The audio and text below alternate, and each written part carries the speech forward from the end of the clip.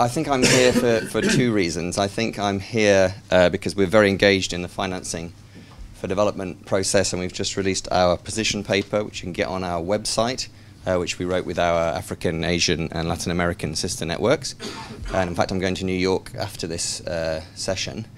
So I think it's really important, as Kevin said, and it's not just important in itself, as Kevin pointed out, but it's also important because it's the first of 3 major international conferences next year. So we'll have financing for development, post-2015 climate COP, and if we don't get a good outcome at the first one, you can expect the other 2 to suffer. If we do get a good outcome, we could have an upward spiral in the other 2. So I think it's really critical we get it right. So I think that's the first reason I'm here, and I think the second reason I'm here is probably to be a thorn in the side of possibly the last 2 speakers, possibly all 3 of the previous speakers, or perhaps a voice of reason, as how I might put it, because I have a slightly different perspective. Could I get the next slide, please? Yeah. Can I get hold of the power? So I want to make 3 points. First, there's no substitute for public investment. There's no substitute for public finance.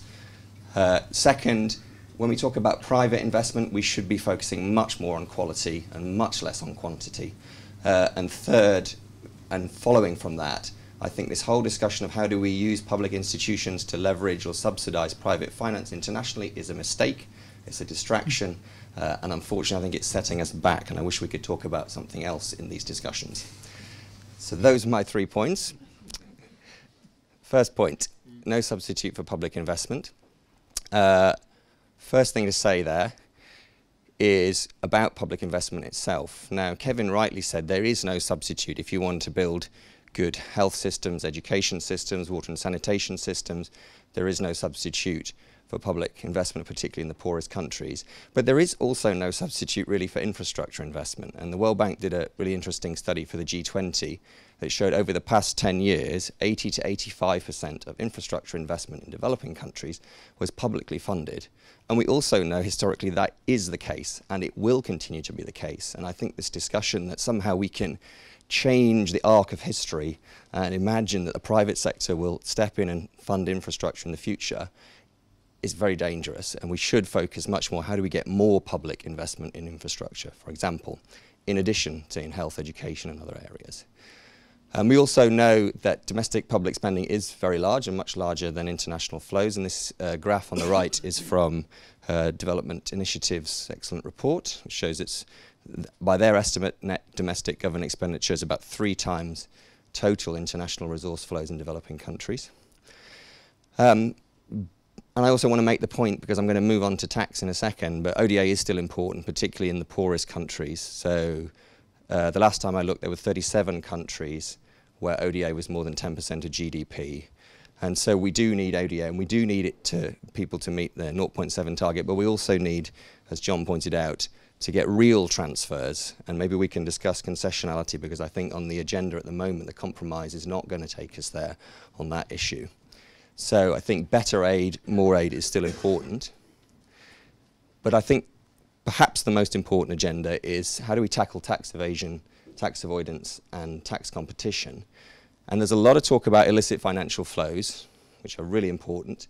And the best figures we have are that they're roughly running at around $1 trillion lost every year by developing countries. And those are flows that are illegally earned, transferred or used. The vast majority is tax evasion by corporations. And how can we stop that? We have various ideas in our report, which we can maybe come on to in the discussion. But I think it's important to know that that is a small part of the iceberg. That's not the only thing that matters when it comes to developing countries losing money through tax systems. We have a huge problem of tax avoidance, or what we call abusive tax avoidance, by multinational corporations, which is very difficult to quantify, but by most estimates would be far larger than the illegal evasion part of it. So how can we get multinationals to stop using complex financial structures, tax havens, etc., to avoid as well as evade tax?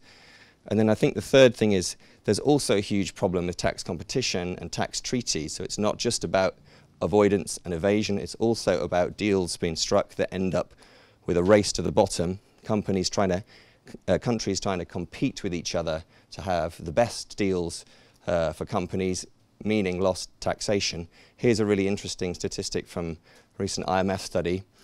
Tax treaties with the Netherlands, developing countries' tax treaties with the Netherlands in 2011, they estimate have lost developing countries 770 million euros. That's one European country. So I think we need to also tackle the problem of tax competition and the race to the bottom, which is why we're pushing for a UN Intergovernmental Committee on Tax, which I think was nearly in the ICE-SDF report, but not quite, thanks to the final discussions as I understand it. Because I think unless everybody says, as Kevin mentioned, unless everybody is around the table, we're not really going to solve this problem. So that's tax. But then I think it's also a broader issue about systemic reform.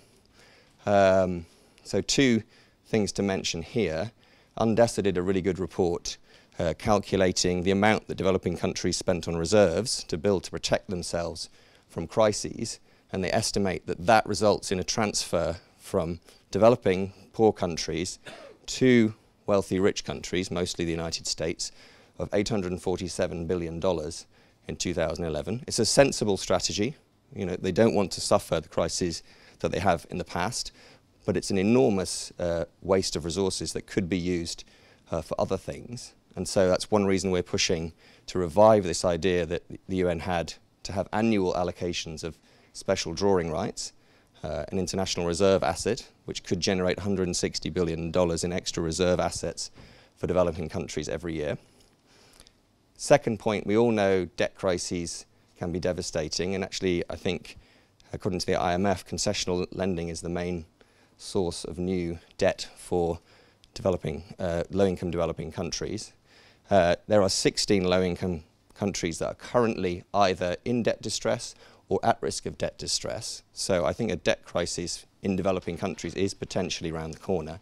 And that's why this year is really important, because the UN has passed a resolution to set up a mechanism for sovereign debt restructuring. So this is a long time missing part of the international governance of finance architecture, a sovereign debt workout mechanism. And we can get it this year, and FFD will be very important in pushing how that should work onto the agenda.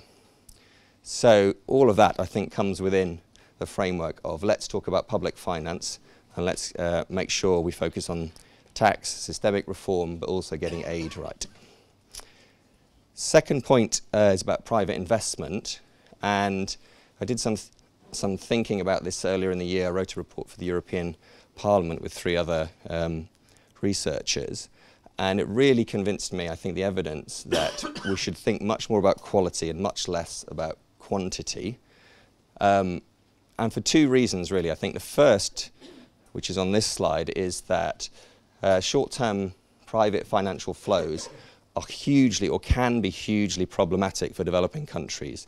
And it's always hot money outflows of private equity capital and other short-term flows that can trigger financial crises, currency crises. And that's why developing countries, particularly emerging markets, forced the IMF to change its position on capital controls, which are an essential part of the toolkit. But still the IMF is in the position where they say, well, governments should use capital controls as a last resort or as a temporary measure. But actually, if you want to manage your economy effectively as a developing country, you need these things as part of your toolkit. And hopefully we can push that agenda through FFD as well. And then I think really what we should be talking or thinking about is national industrial strategies. How is it developing countries themselves can manage both their domestic and international private capital flows? Here's a little graph which is quite hard to see, but it's a domestic investment as a percentage of GDP, mostly private investment, but there's also public investment in there. And I don't know if there's a pointer on this thing. No. But basically, there are different categories of developing countries. The blue at the bottom is low-income countries, and the purple is the developing country total.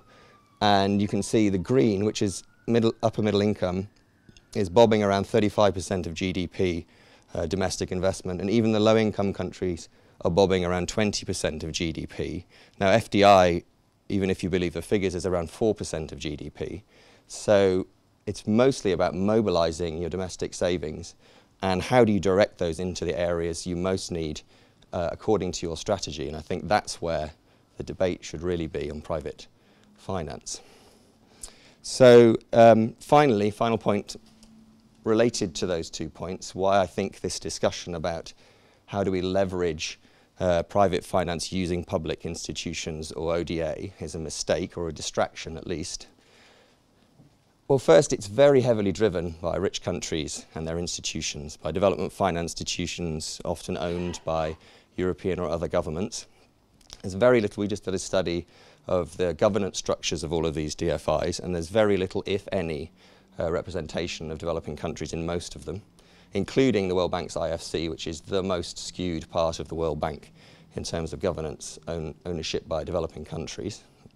The second point is, and I think Kapil mentioned some figures about how much we can leverage, 10 to 1, 5 to 1, 30 to 1. As I looked at the evidence of these figures, and there really is no evidence for any of these figures, because they're based on an assumption that the private sector would not have done that anyway. And that question is almost never asked. Would this investment have happened if the public institution had not got involved? And that question is almost never asked. And in fact, it was asked by Swedfund, the Swedish DFI, who discovered that actually in one of their monitoring and evaluation studies, most of the companies admitted they would have done the investment anyway. And for them, basically, partnering with Swedfund was a way to get a cheaper deal or to improve their image. So we have to be very careful about that. There's also little evidence of total development impact. Even on the project level, it's not so clear that we can demonstrate always what the development impact is, but it certainly feels to me like a return to the bad old days of projects-based aid, where we said, oh, well, just because we can see this particular project works, therefore there is development. And really we need to get into much more detail about why is it that you make these assumptions that these particular projects all add up to any kind of impact on development. And I think really what we should be talking about are national development banks. How can we get countries to support their own development through their own institutions, rather than starting from the perspective of the multilateral and bilateral development finance institutions. That's it. Thanks very much.